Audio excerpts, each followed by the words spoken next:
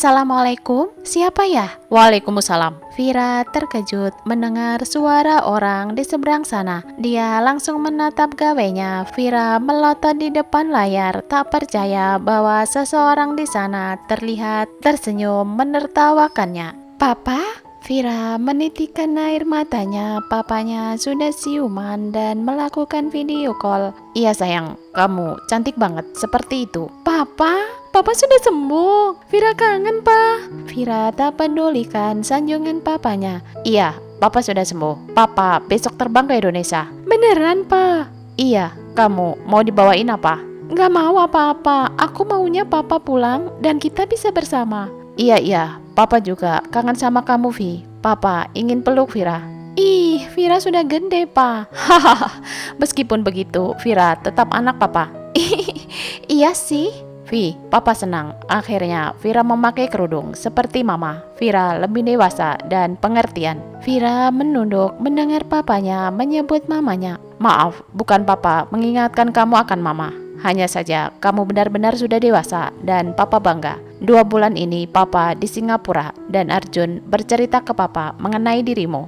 Papa bangga padamu, Vi. Papa senang. Semoga kamu bahagia. Vira akan bahagia jika Papa datang. Vira mengerjakan tugas lagi ya, Pak? Oke, jangan sampai larut malam. Papa menyayangimu dan Papa pasti pulang. Rahardian mematikan gawainya di Singapura sebelum menelpon Vira. Sampai kapan kamu berpura-pura membohongi putri dan istrimu, Rahardian? Suara Dokter Arjun mengingatkan Rahardian. Ini sudah 2 bulan loh. Kau lihat sendiri, Vira sudah berubah. Dan selama ini juga istrimu ada di rumah. Sally tidak pernah ke pesta dan main laki-laki. Iya sih, tapi terakhir aku sudah tahu sifat Sally. Ternyata di belakangku dia sering menggoda lelaki. Rahardian mendesah kesal. Dia sudah berubah kali, Rahardian. Orang bisa berubah. Mungkin terakhir kali kau memergokinya, akhirnya dia berubah dan tidak lagi seperti itu. Buktinya sampai sekarang ia setia menunggumu di rumah. Semoga begitu. Oke, aku akan menelepon Vira dan besok kita kembali ke Indonesia. Nah, gitu dong. Biar aku tidak bolak-balik ke Indonesia Singapura. Capek tahu. Hahaha. Oke, sorry, aku merepotkanmu. Baiklah, Dokter Arjun melihat jam tangannya. Aku langsung berangkat pulang sekarang ya. Kamu besok saja dengan jet pribadimu. Oke, salam buat istrimu. Dokter Arjun berjalan meninggalkan Rahardian dengan mengacungkan jempolnya. Sementara Rahardian mengeluarkan gawainya untuk menelpon Vira. Paginya Vira kuliah seperti biasa. Jam istirahat teman-temannya pada berbisik-bisik. Aneh, kenapa mereka berbisik-bisik sambil melihatku seperti itu? Vira yang sedang asik membaca buku sendirian karena Susiati sedang ke kantin dengan Widya. Jadi heran Vira tetap melanjutkan membaca bukunya. Terdengar gawainya berbunyi. Vira melihatnya. Om Arjun? Ada apa dia menelponku? Vira pun mengangkatnya. Vi, kamu sudah lihat berita di internet? Belum om, ada apa ya? Terdengar Dokter Arjun mendesah kasar. Vira jadi cemas. Kamu pulang segera, papamu. Bersamaan itu Susiati dan Widya berlari menghampiri Vira dengan tergesa-gesa. Vi. Susiati ngos-ngosan. Vira membentak Susiati. Sus, jangan berisik. Om, ada apa dengan papa? Pesawat papamu jatuh, Vi. Apa? Apa yang kamu bilang, Sus? Vira membeliakan matanya ke Susiati, tidak percaya. Vira langsung melihat gawainya dan meletakkan kembali ke telinganya. Om, benarkah yang barusan Susiati katakan? Lama tidak ada jawaban dari Dokter Arjun. Om? Iya, Vi. Pesawat jet papamu terjatuh. Belum diketahui keadaan mereka. Vira langsung menjatuhkan gawainya. Papa! Vira berteriak memanggil papanya. Susiati memeluk Vira. Widya merapikan buku dan gawai Vira serta memasukkannya ke dalam tas. Vira menangis. Susiati dan Widya mengantar Vira sampai ke rumah. Di rumahnya sudah banyak orang berkumpul. Bahkan mereka sudah memakai baju hitam tanda berkabung, termasuk Sally. Dokter Arjun mendekati Vira. Sabar, Vi. Tolong temani Vira. Permintaannya kepada Susiati dan Widya.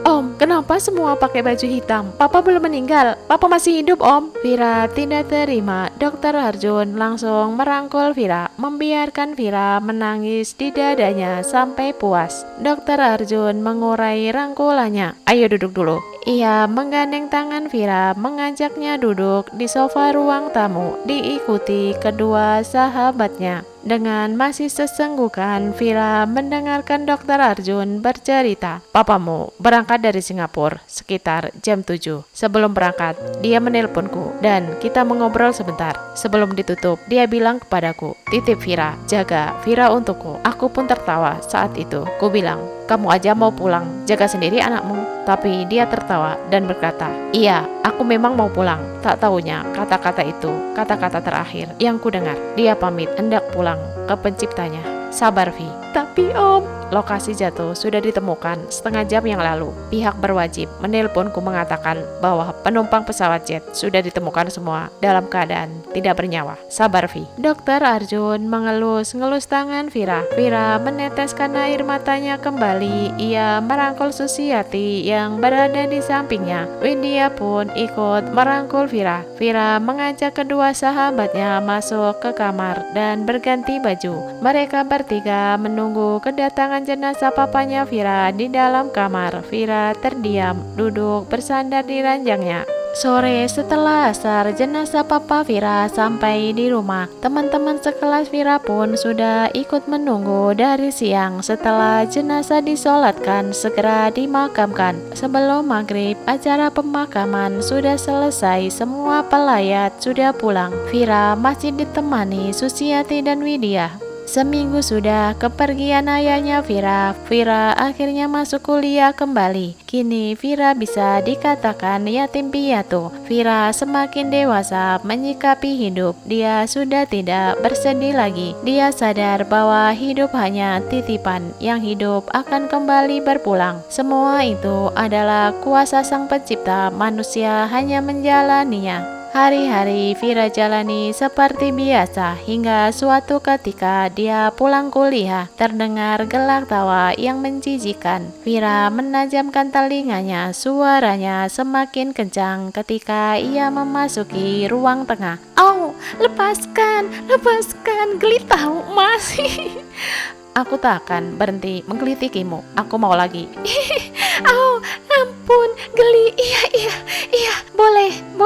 Vira geregetan. Ia menahan amarah di hatinya. Ia kesal. Apa yang kalian lakukan? Kegiatan seorang lelaki yang sedang menggelitiki Sally yang hanya memakai baju tipis, baju haram di sofa terhenti. Mereka berdua serempak melihat ke Vira. Hai anakku, baru datang. Sally duduk dan laki-laki di sampingnya melotot ke dia. Anak, Sally mengangguk. Apa kabar? Kenapa harus di ruangan tengah, ha? Apa kamarmu sempit? Tak tahu malu saja. Lagian, kalian belum menikah. Sally tidak terima dengan perkataan Vira. Dia berdiri dan mendekati Vira. Hei, kamu kepengen ya? Sally berdeci. Apa hak lo marah-marah ke aku, ha? Ini juga rumahku, peninggalan suamiku. Terserah gua mau bersenang-senang di ruangan yang mana. Ini juga rumahku, dan aku tidak mau rumah ini kamu jadikan tempat dosa. Vira tak mau kalah. Sok suci kamu, pakai kerudung juga baru beberapa bulan. Sally diliputi amarah. Dia menarik kerudung Vira dan terjadilah perkelahian di antara Vira dan Sally. Si cowok hanya melihat dengan senyum-senyum. Pemandangan indah baginya, soalnya Vira acak-acakan dengan sudah tidak memakai kimarnya lagi. Bahkan bajunya sobek pada bahu sampai lengannya hingga memperlihatkan kulit putih mulusnya. Vira tidak menyadari keadaan dirinya. Wow, mulus, putih,